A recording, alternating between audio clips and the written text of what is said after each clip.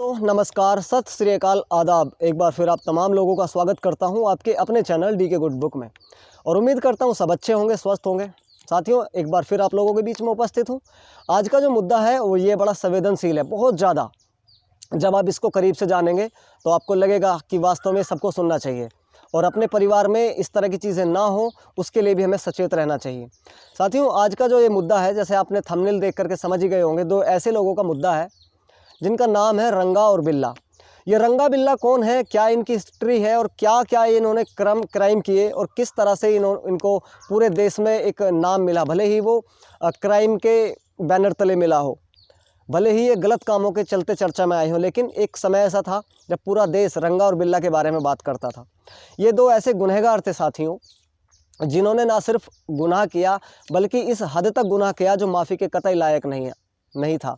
और आमतौर पर जब इनको उस उन्हें गुनाह के लिए जेल में फांसी दी जा रही थी, तब भी फांसी देने के बाद इनके घर वालों ने इनकी लाश को, इनकी डेड बॉडी को लेने से मना कर दिया था। तो आप सोच सकते हैं कि कितना बड़ा गुनाह इन्होंने किया होगा, जब इनके घर वालों ने भी इनके तरफ से हाथ खड़े कर लिए थे कि नहीं, हमारा इनसे कोई मतलब नहीं है और हम इनकी लाश भी लेना नहीं चाहते। इन्होंने इतना बड़ा गुनाह किया है, ये सही से अंतिम संस्कार के भी हकदार नहीं है। तो इनको जिस तरह से अंतिम संस्कार करना है, सरकार खुद करे, गवर्नमेंट खुद करे। इस तरह का ये मामला था जब सामने आया। हालांकि मामला जो है 1978 का है। काफ़ी दिन बीत गए, इसको काफ़ी साल हो गए, लेकिन जब जब लोग इसके बारे में करीब से जानते हैं तो उनकी रूह कांप जाती है। मामला रंगा बिल्ला का है और ये पहली बार जब नज़रों में आया था 1999 को, 26 तारीख 8वां महीना, और 1978 को ये सामने आया था। हुआ कुछ यूँ, पूरी कहानी पे नज़र डालें उससे पहले आपसे गुजारिश करना चाहूँगा कि अगर आप इस वीडियो पर आ ही गए हैं तो इसको पूरा देख करके जाइए। और मैं वादा करता हूँ ये वीडियो बहुत कुछ सिखा के जाएगा आपको। यहाँ तक कि जो हमारे आसपास जो चीज़ें होती हैं, जो घटनाएं होती हैं, उनसे हम सचेत रह सकें और इन रंगा बिल्ला जैसों से भी हम सचेत रह सकें। तो ये बहुत सारी चीज़ें सिखा के जाएंगी और ये बच्चों के सामने अपने पूरे परिवार के साथ बैठ करके सुनने वाला वीडियो होगा। और इस तरह के वीडियो समाज में अवेयरनेस लाने का काम भी करते हैं, सचेत करने का भी काम करते हैं, और ये जिम्मेदारी आपकी है कि आप इस वीडियो को शेयर भी करें। साथियों, 1978 का मामला है जब ये पहली बार सामने आया। उस टाइम मोरारजी देसाई प्रधानमंत्री हुआ करते थे, दिल्ली में बैठते थे, और ये पहला मामला था जब किसी प्रधानमंत्री ने बिल्कुल पर्सनली इसमें इन्वॉल्व हुआ हो, कोई प्रधानमंत्री, और इतने करीब से इसको जाना हो और सारे आला अधिकारियों को भी ये ऑर्डर दिया हो कि सबसे पहले आप इस केस को जो है सॉल्व कीजिए। इसके बिना जो भी छोटे मोटे, जब तक कोई इससे बड़ा काम नहीं हो जाता तब तक आप सारी टीम इसी पे काम करेंगी। तो खुद प्रधानमंत्री ने इस केस को संज्ञान लिया और अपनी जिम्मेदारी पे इसको सॉल्व भी कराया। साथियों, कहानी शुरू होती है 26/8/1978 से। उस दिन, ये जो दिन था, ये कहें तो भारत के इतिहास में एक काला दिन भी साबित होता है, क्योंकि आज के दिन एक बच्चा और एक गुड़िया जिसकी उम्र 16.5 वर्ष और एक बच्चा जिसकी उम्र 14 वर्ष, ये दोनों बच्चे इन रंगा और बिल्ला के हत्थे चढ़ गए थे। और इनका बाद में क्या हश्र किया उन लोगों ने, उन दरिंदों ने, वो सारी चीज़ें हम इसके बारे में आज डिस्कस करेंगे। साथियों, जो रंगा है, रंगा का असली जो नाम है वो है कुलजीत सिंह उर्फ रंगा कुश। कुलजीत सिंह टैक्सी ड्राइवर, और टैक्सी ड्राइवर भी बहुत अच्छा खासा फास्ट ड्राइवर। और जो बिल्ला है, इसका नाम है जसविंदर सिंह। ये दोनों हरियाणा के रहने वाले थे। और जो बिल्ला है, बिल्ला छोटे मोटे क्राइम करता था शुरू से ही, और जो रंगा है ये टैक्सी ड्राइवर था। ये दोनों मिलते हैं, दोस्ती होती है, और रंगा की टैक्सी में ही ये छोटे मोटे काम को अंजाम देते थे। किसी को किडनैप करना हो, किसी से फिरौती मांगनी हो, किसी को उठा करके जो है टॉर्चर करना हो, तो सारी चीज़ें ये छोटे मोटे क्राइम करते थे। अभी तक ये किसी की नज़रों में नहीं थे।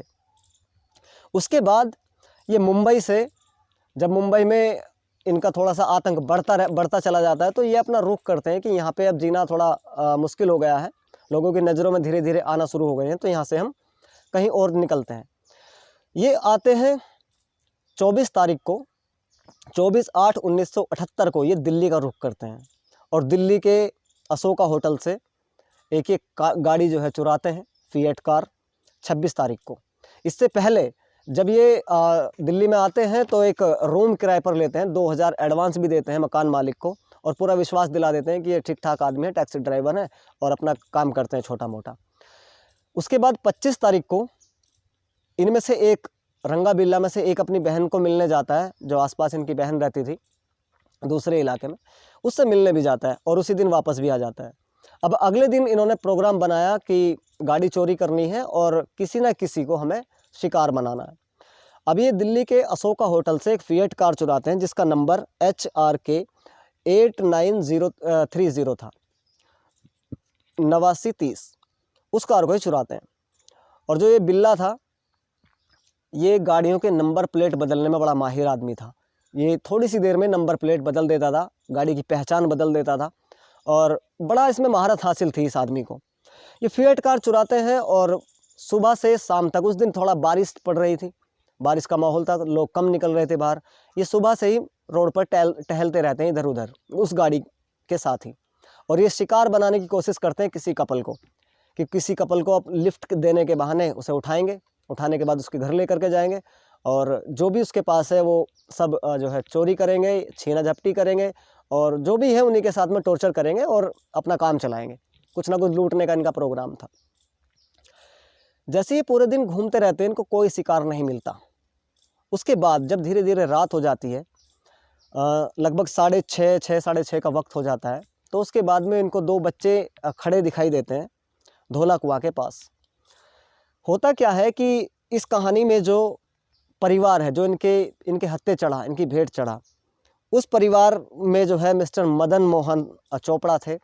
मदन मोहन चोपड़ा के 2 बच्चे, गीता चोपड़ा जिसकी उम्र लगभग 16.5 वर्ष और एक संजय चोपड़ा जिसकी उम्र 14 वर्ष।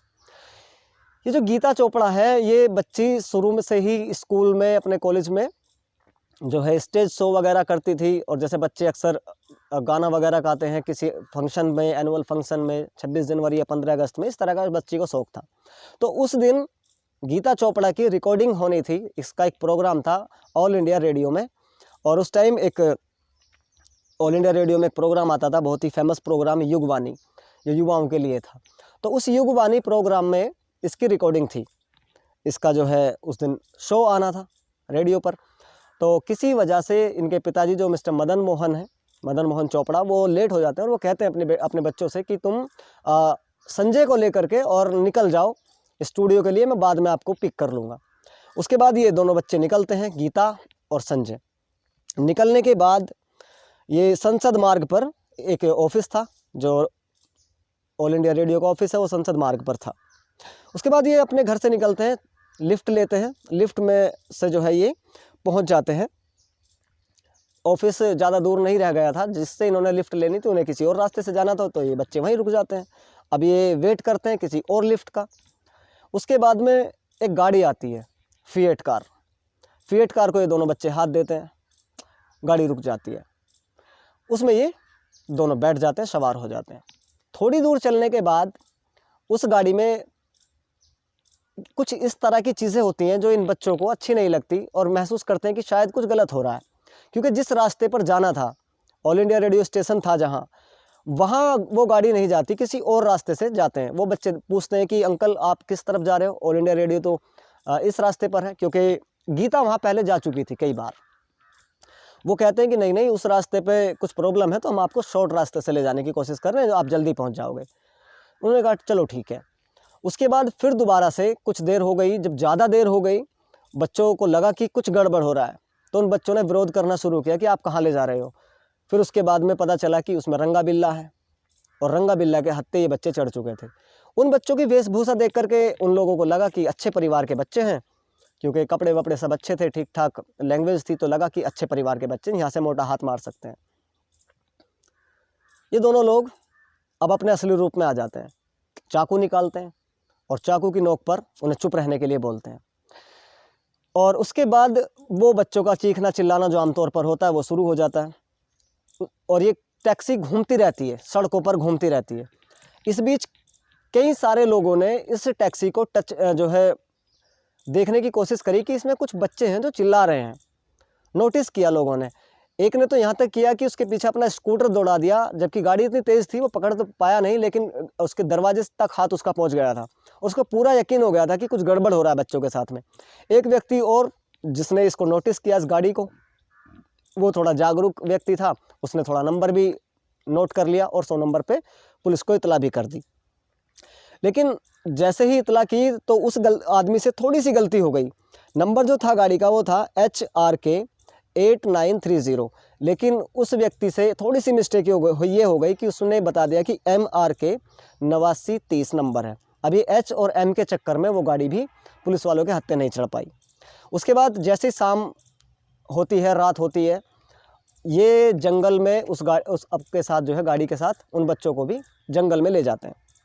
वहाँ गाड़ी रोकते हैं और इनसे पूछताछ करते हैं कि आप कहाँ से हो, क्या नाम है, क्या फैमिली है। तो बता दें कि हमारे पापा जो है इस तरह से हैं और हम रेडियो स्टेशन पे हमें जाना था, हमारी शूटिंग थी।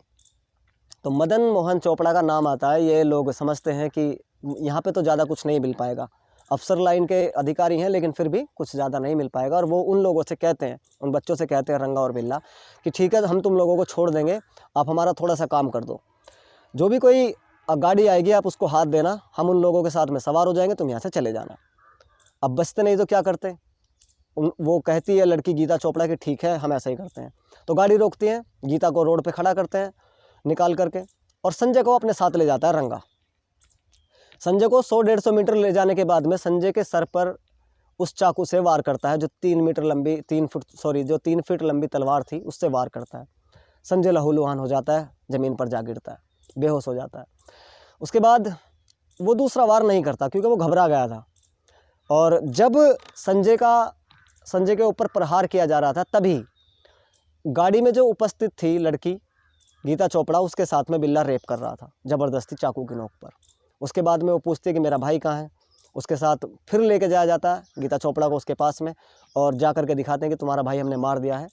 और वो बात ही हो रही थी कि पीछे से उसके सर पे भी उसी तरह से वार किया गया। दोनों बच्चे ज़मीन पर गिर गए, ढेर हो गए।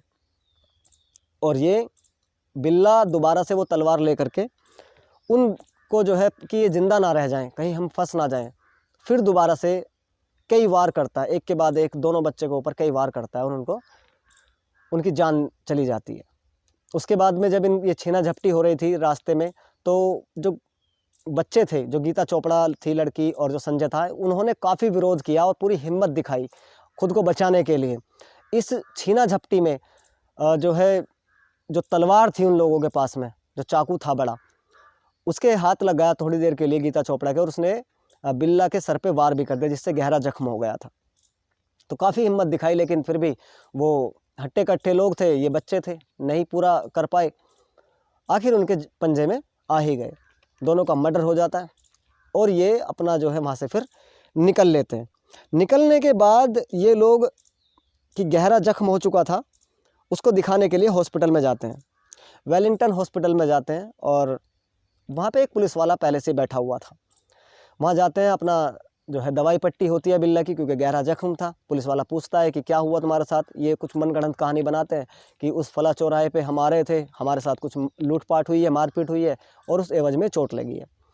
तो पुलिस वाला इनकी पट्टी वट्टी कराने के बाद इनका जो है पता वता ले करके इनको छोड़ देता है। और उसके बाद 2-3 दिन बाद, अब शाम को क्या हो रहा था, इससे पहले अगर चलें तो जो मदन मोहन चोपड़ा थे वो शाम को प्रोग्राम सुनने के लिए अपने बच्चों का रेडियो ऑन करते हैं। रेडियो पे जब वो प्रोग्राम स्टार्ट हुआ तो उनके बच्ची की आवाज़ नहीं थी, वो किसी और की आवाज़ थी। उसके बाद में लगता है कि शायद मेरी बेटी का प्रोग्राम इससे अगला होगा। उसके बाद भी वो प्रोग्राम नहीं आता, तो ये स्टूडियो फ़ोन करते हैं, पूछते हैं कि हमारे बच्चे यहाँ पे आए या नहीं आए। तो वहाँ से पता लगता है कि नहीं, यहाँ तो कोई नहीं आया। फिर स्टूडियो जाते हैं अपना स्कूटर लेके, वहाँ से इनको निराशा हाथ लगती है और पता चलता है कि आपके बच्चे यहाँ पे नहीं आए। 26 तारीख की रात पूरी गुजर जाती है, 27 की गुजर जाती है और 28 तक भी बच्चे नहीं मिलते। तब मदन मोहन चोपड़ा पुलिस स्टेशन में खबर करते हैं कि मेरे बच्चे लापता हैं, 2-3 दिन से लापता हैं। पुलिस भी हरकत में आती है, क्योंकि अफसर लाइन के भी अपना एक स्टाफ था और अच्छी खासी फैमिली का मामला था और बच्चे लापता थे। तब जो है पुलिस हरकत में आती है और न्यूज़ वगैरह में भी जो है ये सारी चीज़ें चलना शुरू हो जाती हैं कि बच्चे लापता हैं, अगवा हो गए हैं, क्या पता कहाँ हैं, कैसे हैं। तब जा कर के ये सारी चीज़ें लोगों के सामने आई। और जब ये सामने आई तो जिन लोगों ने उस कार को नोटिस किया था, जो घूम रही थी, जिन लोगों ने उसका पीछा किया, नंबर नोट किया, पुलिस को इतला करी, वो लोग जो है उनको जब बताया जाता है, जब पेपर वगैरह में उन बच्चों के फ़ोटो आते हैं, तो वो लोग सामने आते हैं कि हाँ हमने देखा है, 2 लोग थे गाड़ी में और उन बच्चों के साथ में छीना झपटी हो रही थी। शायद हमें लगा कि कुछ गलत हो रहा, तो इसलिए हमने पता किया था पुलिस को भी, तो हम लोगों ने उनका चेहरा बखूबी पहचाना। अब जब हॉस्पिटल में ये लोग अपना इलाज करा रहे थे, पुलिस वालों को कुछ शक होता है, तो वो तीसरे दिन फिर दोबारा से इनको बुलाते हैं पूछताछ के लिए। और पूछताछ के लिए बुलाते हैं, उसको उस स्पॉट पे लेकर के जाते हैं जहाँ पे वो बता रहे थे कि हमारे साथ में यहाँ लूटपाट हुई है और ये चोट जो लगी है ये भी वहीं लगी है। वो पुलिस वाला जाता है और इनकी बातों में कुछ चीज़ें मैच नहीं कर रही थी, उसे शक होता है, थोड़ा सा शक होता है। तो फिर दोबारा से इसको हॉस्पिटल में जब उन डॉक्टरों से भी पूछा जाता है कि भाई जो ये 2 लोग आए थे, इनका जो है क्या रुआब था उस टाइम जब ये इलाज करा रहे थे। तो पहचान ऑटोमेटिक हो ही जाती है, जिस डॉक्टर ने इलाज किया उसके भी नज़रों में था मामला कि जो शक्ल इनकी कैसी दिखती है, कैसे दिखते हैं दोनों, एक को चोट लगी थी, एक ठीक था। तो धीरे धीरे जब ये पब्लिश होना लगी ये चीज़ें और मीडिया में भी आना शुरू हो गई और काफ़ी दिन बीत गए, 10 दिन हो गए इस मामले को चलते चलते, पुलिस से कुछ हो नहीं रहा, पुलिस के हाथ निराशा लग रही है। तभी मदन मोहन चोपड़ा एक काम करते हैं कि मीडिया का सहारा लेते हैं, और मीडिया का सहारा लेते हैं जो काफ़ी हद तक सही भी साबित हुआ। मीडिया में आकर के वो सारी चीज़ें करते हैं, दिखाते हैं, अपने बच्चों का फ़ोटो भी दिखाते हैं और उम्मीद की गुहार लगाते हैं और इनाम भी रखते हैं। उसके बाद जैसा मैंने बताया कि वही लोग सामने आते हैं जिन्होंने इनको देखा था। स्केच बनाया जाता है एक। अब स्केच के ज़रिए उन लोगों की छानबीन शुरू होती है। स्केच बना करके चस्पा किया जाता है, आसपास के पुलिस स्टेशन में दिया जाता है, आसपास चिपकाया जाता है। उसके बाद जब ये अपना स्केच देखते हैं रंगा और बिल्ला, तो ये उस एरिया से खिसकने की कोशिश करते हैं कि यहाँ से निकल जाना ही बेहतर है। काफ़ी लोगों को पता चल गया। अच्छा, इससे पहले 27-28 तारीख को इन दोनों बच्चों की डेड बॉडी बरामद हो चुकी थी। वहीं पर जहाँ पे इनको फेंका गया था झाड़ियों में मार करके, वहाँ पे एक चरवाहा था जो अपने जानवरों को चराने का काम करता था। सुबह सुबह उसको लगा कि झाड़ी में कुछ कपड़े नज़र आ रहे हैं, तो पास जा कर के देखता है तो 2 बच्चों की लाश पड़ी थी। फ़ौरन इतला करता है, पुलिस आती है, पुलिस उन बच्चों को लेकर के जाती है शिनाख्त के लिए, क्योंकि पहले से ही रिपोर्ट दर्ज थी मिसिंग की, तो शिनाख्त के लिए बुलाया जाता है मदन मोहन चोपड़ा को। मदन मोहन चोपड़ा शिनाख्त करते हैं कि हाँ ये मेरे बच्चे हैं। जैसे ही मामला सामने आता है, लोगों का गुस्सा फूट पड़ता है कि काफ़ी दिनों से पुलिस ने कुछ किया भी नहीं और लास्ट में पता चला कि उन बच्चों का मृत्यु हो चुकी है। पोस्टमार्टम के लिए भेजा गया, पता चला कि बलात्कार भी हुआ बच्ची के साथ में और उसके बाद इनको मारा गया है। सारी चीज़ें सामने आ गई थी।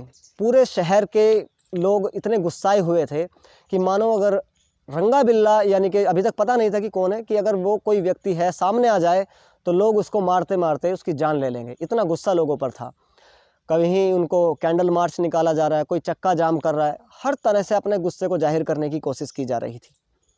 उसके बाद जब स्केच तैयार होता है, चस्पा किया जाता है, तो इन लोगों को पता जो है लगता है कि अब हम फंसने वाले हैं, तो ये लोग वहाँ से भागने की कोशिश करते हैं। होता क्या है कि कालकाजी ट्रेन निकलती है एक। अब कालकाजी ट्रेन में ये चलती हुई ट्रेन में घुस जाते हैं। जैसे ट्रेन स्टार्ट हुई तभी ये चलती हुई में घुस जाते हैं। अब ये जिस बोगी में घुसते हैं उसमें पहले से ही मिलिट्री के जवान थे, क्योंकि वो उनके लिए रिजर्व थे, वो बोगी रिजर्व थी, 2 बोगी, ये उसी में घुस जाते हैं। घुसने के बाद देखते हैं कि यहाँ तो सारे मिलिट्री के जवान हैं। उसके बाद मिलिट्री वाले इनको जो है बुला करके पूछते हैं कि तुम यहाँ पे कैसे, तो बिल्ला बताता है कि मैं भी मिलिट्री में हूँ। तो फिर दोबारा से पता किया जाता है कि ठीक है आप मिलिट्री में, अपना आई कार्ड दिखाइए। आई कार्ड था नहीं, ये लोग वहाँ फंस जाते हैं। उन जवानों में से एक जवान 2-3 दिन पहले अखबार पढ़ चुका था और जो स्केच अखबार में चस्पा हुए थे उसकी हुलिया से थोड़ा मैच करने की कोशिश करता है, तो पता चलता है कि इन लोगों का काफ़ी हुलिया मैच कर रहा था। शायद ये हो ना हो कि वही व्यक्ति हो। आप अपने जो है आसपास के जवानों को बताता है, तो ये लोग उसको, उन दोनों को पकड़ लेते हैं, दबोच लेते हैं। और जैसे ही नई दिल्ली रेलवे स्टेशन आता है, ये उनको रेलवे पुलिस के हवाले कर देते हैं कि हो सकता है कि हमें शक है कि ये दोनों वही व्यक्ति हो, मुझे लगता है ऐसा। अब इन दोनों को पुलिस गिरफ्तार करती है और उन लोगों को फिर दोबारा से बुलाती है जिन लोगों ने इनकी पहचान बताई थी, जिन्होंने स्केच बनवाए थे।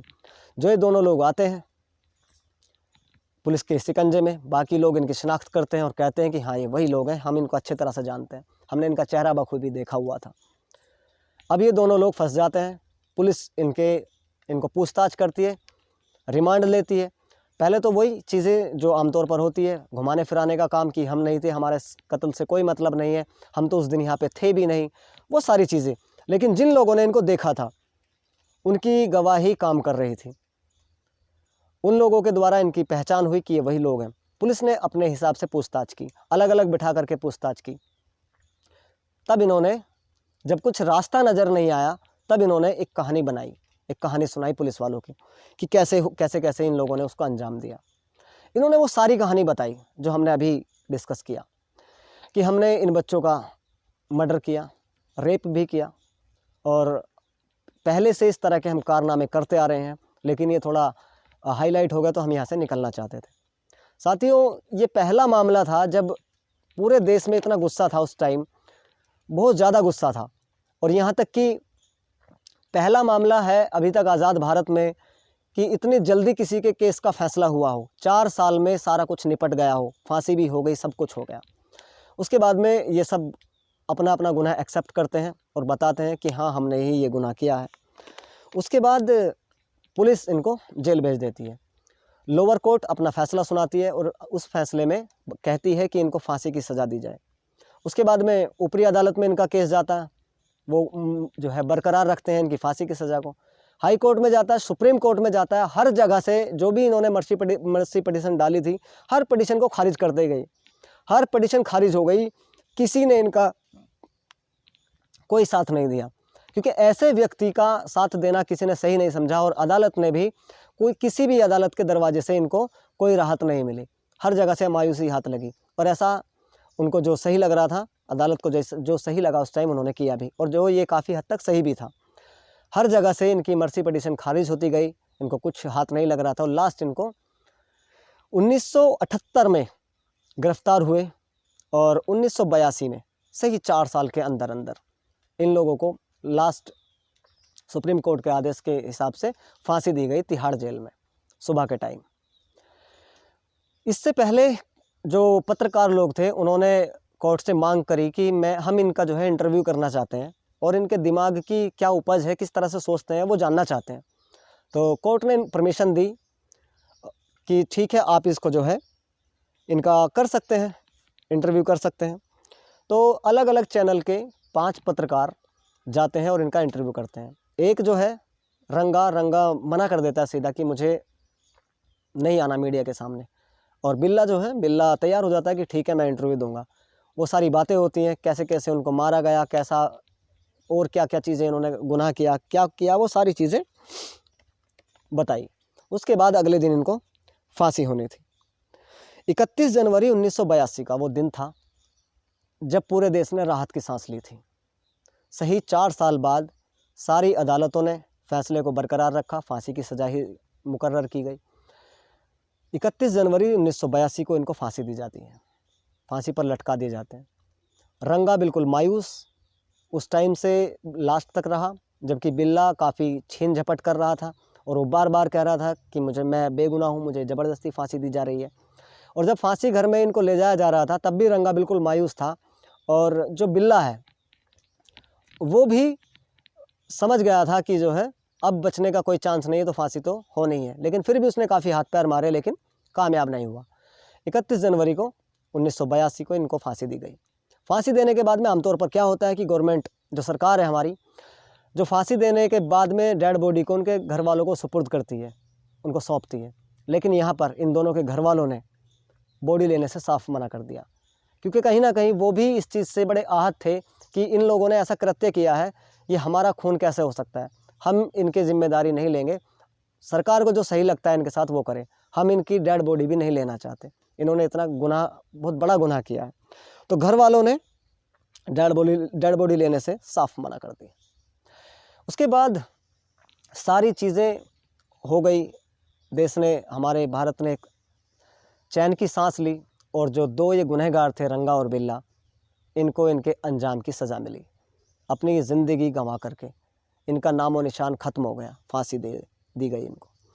साथियों, ये जो कहानी है, हालांकि देखो पूरा इतना बड़ा ये मामला था, ये 20-25 मिनट में समेटा नहीं जा सकता। बहुत सारी चीज़ें छूट जाती हैं, बहुत सारी चीज़ें याद भी नहीं आती, बहुत सारी चीज़ें ऐसी हैं जो है उस टाइम के आला अधिकारियों को ही पता है। लेकिन फिर भी जितना ज़्यादा हो सका मैंने आपको बताने की कोशिश करी, लेकिन सम्मानित साथियों, मैं बताना चाहूँगा इस वीडियो को आप शेयर ज़रूर करें और इस तरह की चीज़ों से हम अपने आप को और अपने बच्चों को बचाने का भी प्रयास करें। बिना वजह किसी से लिफ्ट मांगने से पहले 100 बार सोच लें, क्योंकि अपने कुछ पैसे बचाने के चक्कर में आजकल लोग क्या करते हैं कि पैसे बचाने के चक्कर में लिफ्ट लेते हैं, जो सही नहीं है। हालांकि हर व्यक्ति एक तरह से नहीं है, काफ़ी लोग ऐसे हैं जो लिफ्ट देते हैं, मदद करते हैं और इनका कोई इस तरह से कोई मामला ऐसा है भी नहीं, रिकॉर्ड है भी नहीं गंदा। बहुत सारे लोगों को मैं जानता हूँ पैसे बचाने के चक्कर में लिफ्ट लेते हैं, जो गलत है, नहीं लेना चाहिए। लिफ्ट ली उन बच्चों ने और उनको जो है अपनी जान गंवानी पड़ी।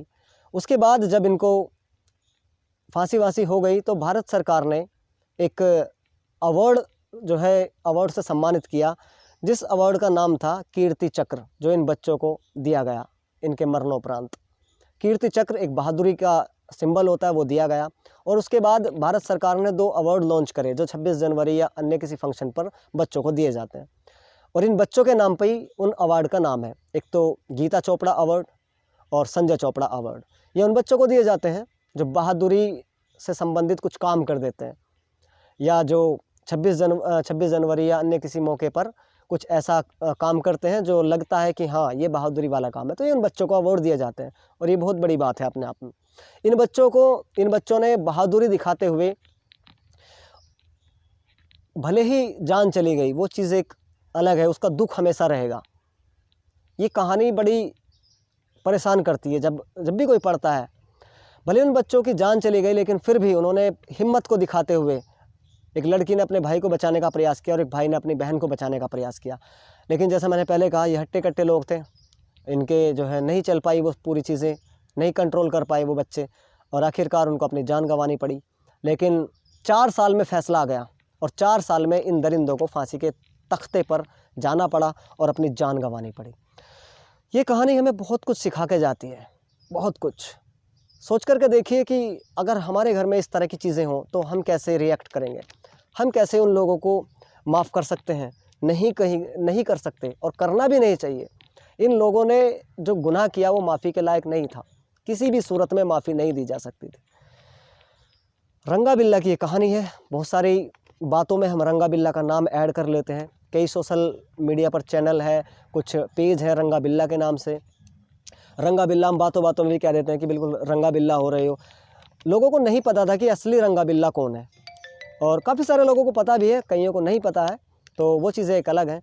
और आज के बाद सबको पता चल जाएगा कि रंगा बिल्ला कौन है, क्या इन्होंने गुनाह किया था। या रंगा बिल्ला जो हम आम भाषा में नाम ले लेते हैं रंगा बिल्ला, एक्चुअली वो ये दोनों व्यक्ति थे, ये दोनों दरिंदे थे जिनकी कहानी आज आपने सुनी।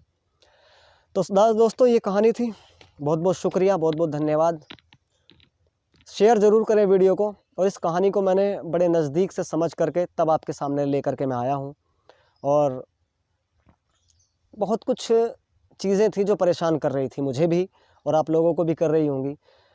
उन बच्चों का क्या गुनाह था जिनको इन दरिंदों ने मौत के घाट उतार दिया, बच्चे की असमत भी लूटी। इतने भयानक दरिंदे, ना जाने कैसा दिमाग के साथ पैदा हुए, ना जाने कैसा इनका माइंड काम करता था, ना जाने क्या था, कुछ पता नहीं चल पाया। लेकिन दरिंदे थे जो 4 साल के पीरियड में ही अपनी जान को जो है छोड़ करके और यहाँ से रुखसत हो गए। इन लोगों के साथ में ये सज़ा ही होनी चाहिए थी और वो ही हुआ। भारत सरकार ने जितना भी जल्दी हो सका इस काम को अंजाम दिया। अगर सारे केसों का, जितने भी आज कृत्य होते हैं, सारे केसों का इतनी ही जल्दी फैसला आए तो हो सकता है कि क्राइम करने वालों में थोड़ी गिरावट आएगी, थोड़े जो रेशो है ये कम हो जाएगा।